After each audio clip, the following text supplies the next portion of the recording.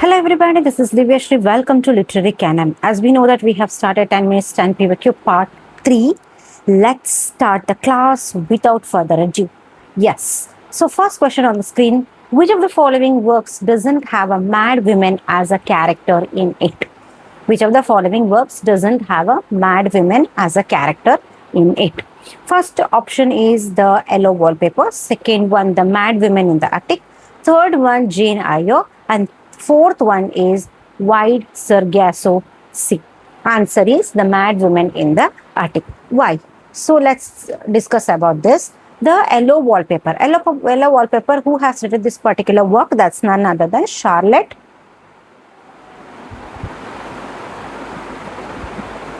Perkins Gilman. ಆಯ್ತಾ, ಇದರಲ್ಲಿ ಏನಪ್ಪಾ ಅಂತಂದ್ರೆ basically it features a protagonist who descend into ಸೈಕೋಸಿಸ್ ಅಲ್ವಾ. ಇಲ್ಲಿ ಪ್ರೊಟಗಾನಿಸ್ಟ್ ಏನಾಗುತ್ತೆ, ಮೆಂಟಲ್ ಬ್ರೇಕ್ ಡೌನ್ ಅಂದ್ರೆ ಪೋಸ್ಟ್ ಪಾರ್ಟಮ್ ಡಿಸೀಸಸ್ ಬಂದಿರುತ್ತೆ ಅವರಿಗೆ. ಸೊ ದ್ಯಾಟ್ ಅವ್ರನ್ನ ಹಾಗಾಗಿ ಒಂದು ರೂಮ್ ಅಲ್ಲಿ ಕೂಡಾಕಿಟ್ಟಿರ್ತಾರೆ.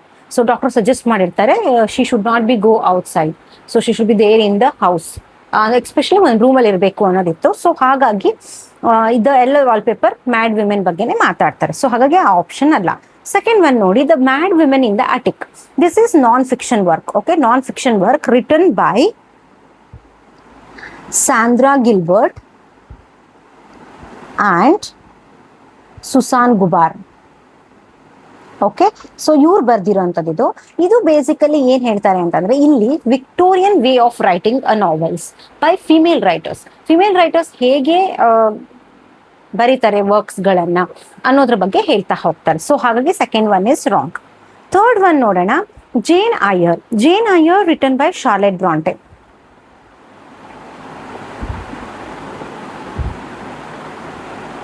Okay, Charlotte Bronte, written by Charlotte Bronte. ಇಲ್ಲಿ ಏನಪ್ಪಾ ಅಂತಂದ್ರೆ they are talking about Bertha Mason, right? Bertha Mason ಬಗ್ಗೆ ಮಾತಾಡ್ತಾರೆ. ಬರ್ತಾ ಮೇಸನ್ ಏನಾಗ್ತಾರೆ, ಬೇಸಿಕಲಿ ರಾಚೆಸ್ಟರ್ ನ ಮೊದಲನೇ ಹೆಂಡತಿ ಆಗಿರ್ತಾಳೆ. ಸೊ ಇಲ್ಲಿ ಜೇನ್ ಐಯರ್ ರಾಚೆಸ್ಟರ್ ನ ಇಷ್ಟಪಡ್ತಾಳೆ. ಸೊ ಅವ್ರ ಮದ್ವೆ ಟೈಮ್ ಅಲ್ಲಿ ಗೊತ್ತಾಗತ್ತೆ ಸೊ ರಾಚೆಸ್ಟರ್ಗೆ ಆಲ್ರೆಡಿ ಮದ್ವೆ ಆಗಿದೆ and she suffering from mental breakdown ಅನ್ನೋದು. ಸೊ ಹಾಗಾಗಿ Jane Eyre had mad women character in it. Next, word Sargasso Sea. It's a prequel. ಆಯ್ತಾ, it's a prequel to Jane Eyre and it was written by whom? Jean Rhys. Okay, so ಇಲ್ಲಿ ಏನಾಗುತ್ತೆ ಅಂತಂದ್ರೆ it is also focusing on ಬರ್ತಾ mason. ಅವರ original ಹೆಸರು ಏನಾಗಿತ್ತು ಅಂದ್ರೆ, ರಾಚೆಸ್ಟರ್ ಮದ್ವೆ ಆಗ್ಬೇಕಿದ್ರೆ ಮುಂಚೆ ಅವ್ರ ಹೆಸರು ಏನಾಗಿತ್ತು ಅಂತಂದ್ರೆ ಆಂಟೋನಿಚೆ ಕಾಸವಿ. ಓಕೆ, ಸೊ ಅವ್ರನ್ನ ರಾಚೆಸ್ಟರ್ ಮದ್ವೆ ಆದ್ಮೇಲೆ ಬರ್ತಾ ಮೇಸನ್ ಅಂತ ಹೇಳ್ಬಿಟ್ಟು ಅವರ ಹೆಸರನ್ನ ಚೇಂಜ್ ಮಾಡ್ತಾರೆ and her life and eventual mental breakdown ಬಗ್ಗೆ ಹೇಳ್ತಾ ಹೋಗ್ತಾರೆ. ಹಾಗಾಗಿ ACD ಅಲ್ಲಿ ಮ್ಯಾಡ್ ವಿಮೆನ್ ಕ್ಯಾರೆಕ್ಟರ್ ನ ನೋಡ್ಬೋದು, but mad women in the attic ಅಲ್ಲಿ it's not like that. Okay, so second one, GM Hopkins widower is dedicated to. GM Hopkins widower is dedicated to Christ our lord. ಆಯ್ತಾ, poem ಅಲ್ಲಿ basically beginning ಅಲ್ಲೇ ಗೊತ್ತಾಗತ್ತೆ it is dedicated to Christ our lord. ಅದರಲ್ಲಿ comma ಇರಲ್ಲ, full stop ಇರಲ್ಲ, ಅಥವಾ the lord ಅಲ್ಲ, our lord ಅಂತ ಇದೆ. So direct to Christ our lord ಅಂತ ಹೇಳ್ತಾರೆ. ಆಯ್ತಾ, ಇಲ್ಲಿ widower is described in this poem serves as a powerful metaphor for the majesty and sacrifice of Jesus Christ ಬಗ್ಗೆ ಹೇಳ್ತಾ ಹೋಗ್ತಾರೆ. So that is the answer for this particular question. Next, Leopold Bloom in Ulysses is.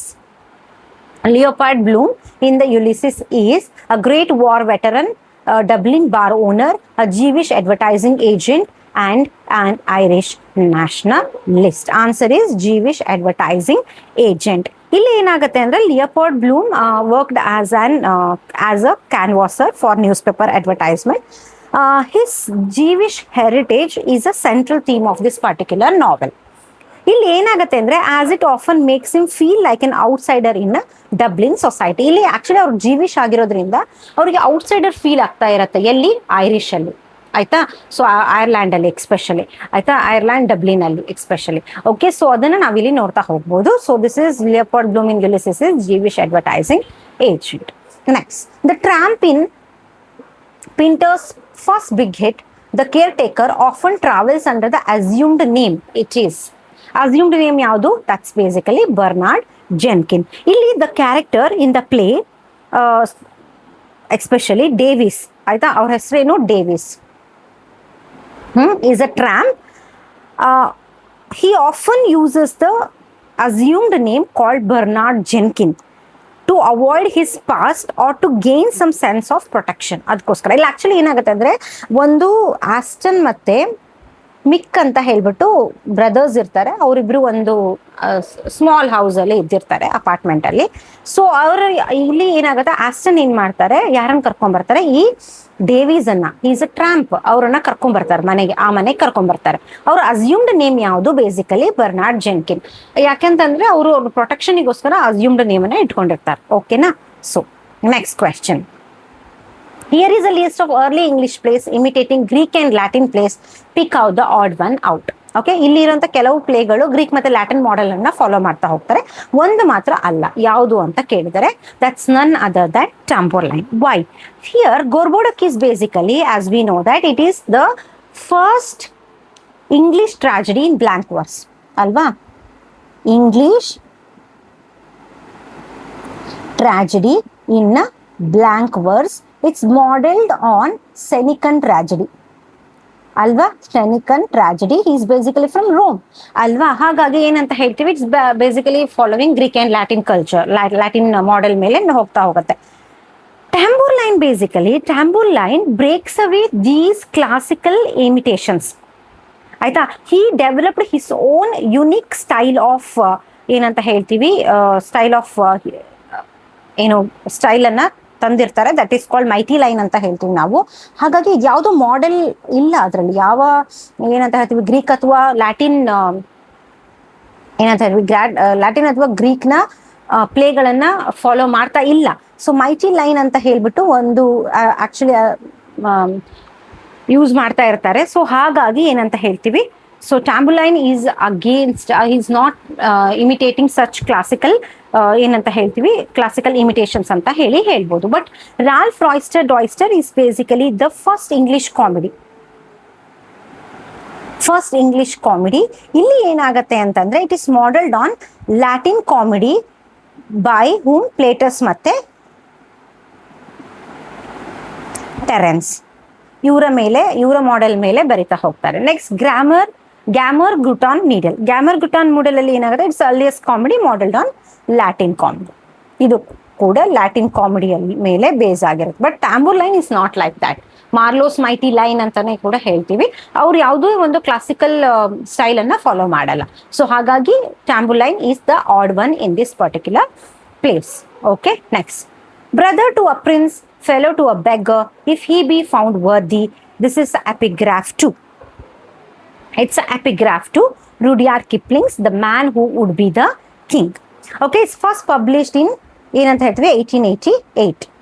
Okay, 1888 ಅಲ್ಲಿ ಇದನ್ನ publish ಮಾಡ್ತಾರೆ. It is talking about the tale of two British adventurer in India who set out to become king of Kafiristan. ಆಯ್ತಾ, ಕಫಿರ್ಸ್ತಾನ್ನ king ಆಗ್ಬೇಕು ಅಂತ ಇಬ್ರು British ಅಡ್ವೆಂಚರರ್ಸ್ ಇಂಡಿಯಾಕ್ಕೆ ಬಂದಿರ್ತಾರೆ.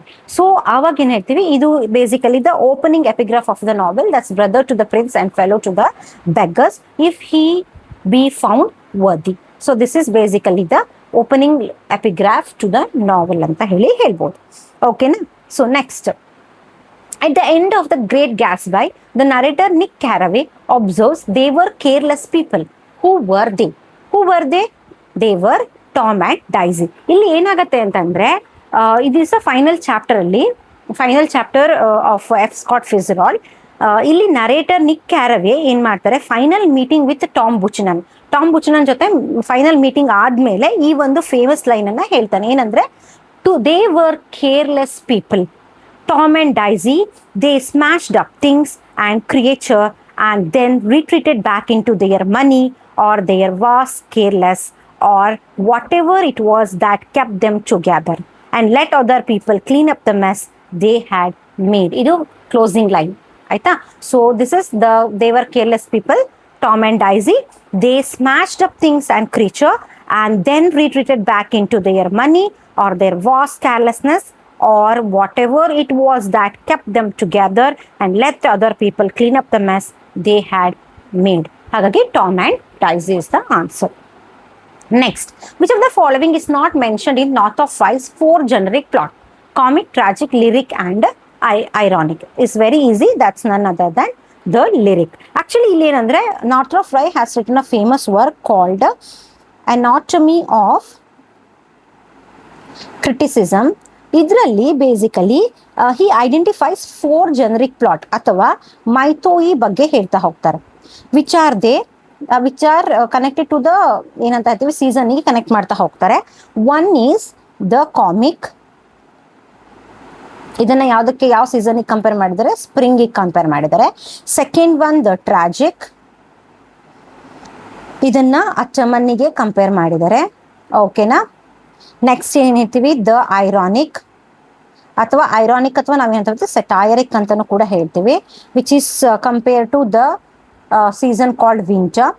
Next ಏನ್ ಹೇಳ್ತೀವಿ the romantic compare to summer ಅಂತ ಹೇಳ್ತೀವಿ. ಸರಿನಾ. ಸೊ ಹಾಗಾಗಿ lyric is basically not comes under this. Next, who among the following process that the unconscious comes into being only in language? Who said this particular idea? Okay, so that's none other than Jacques Lacan. ಇಲ್ಲಿ ಏನಾಗುತ್ತೆ ಅಂತಂದ್ರೆ Sigmund Freud who basically coin the term ಅಥವಾ discovery on unconscious ಬಗ್ಗೆ ಮಾಡ್ತಾ ಹೋಗ್ತಾರಲ್ವಾ. Coin the term ಅಲ್ಲ, ಈ discovered the term called unconscious ಅಲ್ವಾ. ಅನ್ಕಾನ್ಶಿಯಸ್ ಅನ್ನೋಂಥದ್ದು ಈ ಡಿಸ್ಕವರಿ ಮಾಡಿರ್ತಾರೆ ಸಿಗ್ಮಂಡ್ ಫ್ರೂಯಿಡ್. ಇದನ್ನ ರೀಇಂಟರ್ಪ್ರಿಟ್ ಮಾಡ್ತಾರೆ ಯಾರು? Jacques Lacan. ಇವ್ರು ಹೇಳ್ತಾರೆ according to Lacan, unconscious doesn't exist as a biological or primitive entity but rather comes into being through the acquisition of language and the symbolic order. ಆಯ್ತಾ. Unconscious ಅನ್ನೋಂಥದ್ದು basically ಬಂದಿದ್ ಯಾವ್ದ್ರಿಂದ? Acquisition of language ಇಂದ ಬಂದಿರೋಂಥದ್ದು and symbolic order ಮೂಲಕ ಬಂದಿರೋಂಥದ್ದು. It's not just ಏನಂತ ಹೇಳ್ತೀವಿ biological one ಅಂತ ಹೇಳ್ತಾರೆ. ಓಕೆನಾ. Next, one English poet addressing another. Thy soul was like a standard dwelt apart, though has a voice whose sound was like the sea, pure as the naked heavens, majestic free, so didst thou travel on life's common way in cheerful godliness. Whose line are these?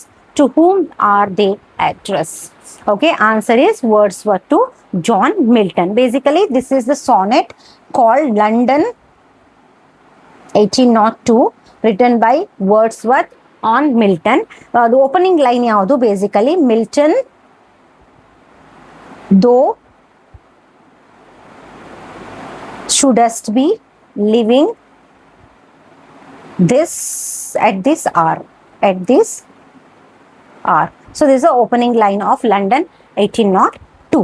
Okay, so this is the last question and we have solved also. So